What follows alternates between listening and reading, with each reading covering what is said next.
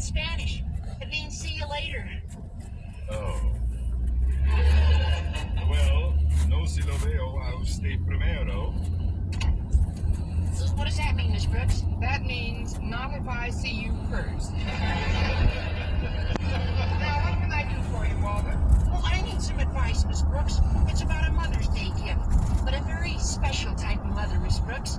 That is, well, I know it's impossible right now, but just for supposition's sake, suppose you woke up one day and found yourself a mother.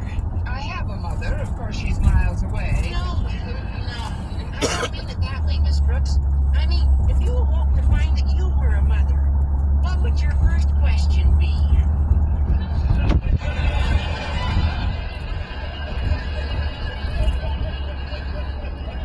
What did it weigh, Doc? Are you sure, Miss Brooks? Are you quite certain you wouldn't say, how is my husband? Not me. I might say, who is my husband?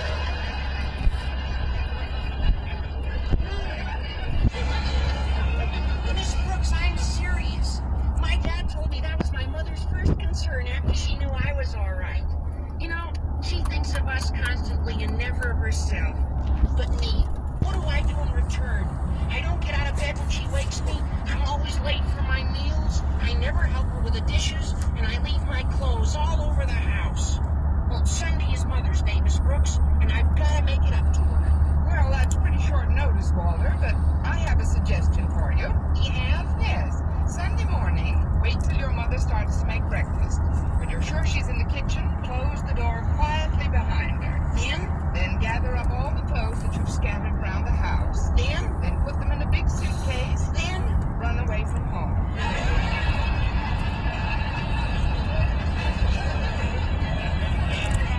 I'm just teasing you, Walter. There's only one way you can make your mother happy, and that's by turning over a new leaf. Well, I'll try, Miss Brooks, but meanwhile, just supposing again, well, what kind of a present would you like if you were a mother? Oh, I wouldn't care much about presents, Walter. I'd just be happy if I had all my beloved children around me. Gee. Well, of course, my mother only has this one beloved child. Me. But it's a lovely sentiment. However, I'd still like to figure out a little gift of some sort. Now, what would make a young mother like yourself happy? A young father like Mr. Boynton.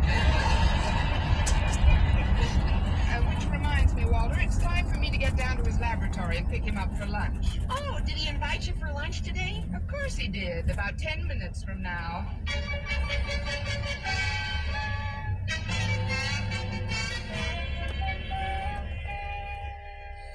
Now, tell me, Walter, were you able to find out what kind of a gift Miss Brooks would like? I couldn't find out a thing, Harriet. But we've got to get her something. What's the good of naming Miss Brooks our mother away from mother if we can't surprise her with something she wants? Now, let me see. We'll organize a committee, pick out a gift, and give it to Miss Brooks. Great, Harriet. Then tonight will officially become Mother Away from Mother's Day night.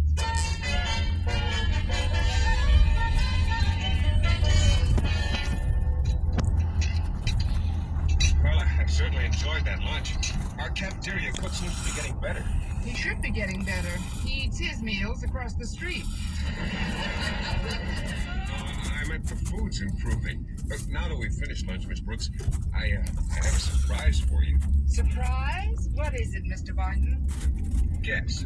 One of your guinea pigs died and left you $1 million. No. Then I give up. Well, Miss Brooks, I want you to meet my folks. Why, Mr. Boynton, you've only known me for 5 years. This is so... I just found out they were coming to town myself. You see, they usually spend Mother's Day with my married brother, but Mom decided that this year it's my turn. To do what? Oh. You mean your turn to spend Mother's Day together? Oh, that's right. Oh, you'll love my mother, Miss Brooks. She used to be a school teacher, too, you know. As a matter of fact, she worked herself up until she was a principal. You gotta get pretty worked up to be a principal. Oh, I'm sure we'll get along splendidly. And you'll be crazy about my dad. Oh, what a sense of humor he's got. You know, he's the one who told me the joke about the quizmaster who called out, "I've got a lady, doctor." But before he could ask her any questions, she stuck a thermometer in his mouth and took his pulse. Isn't that a scream? Your father sounds like more fun than a barrel of depressed monkeys. May I ask you a rather personal question about your folks, Mr. Barton? Oh, certainly, Miss Brooks. What is it? How long did they go around together before they were married? 9 years.